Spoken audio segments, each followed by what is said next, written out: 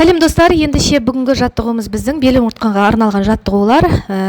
Біз осылай тізеге отырып, қолымызды екінші қолымыздың астынан өткізіп, дәл осылай артқа қарай созыламыз. Созылған кезде барынша пауза ұстауға тырысамыз. Дәл осы жаттығуды күніне оң қолға 20 рет, сол қолға 20 реттен жасасақ, біздің жоғарғы белі омыртқамызға өте жақсы көмектесетінін өздеріңіз де жаттығуды жасау барысында түсінесіздер. Асықпай, үлкен кісілерге асықпай, барынша созылып жасауға кеңес беремін. Бұл жерде енді менің қимылдарым тездетілген монтажда жасалғандықтан дәл мұндай тездікте жасаудың қажеті жоқ. Яғни өздеріңізге қандай ыңғайлы, сондай тездікте жасауға тырысыңыз.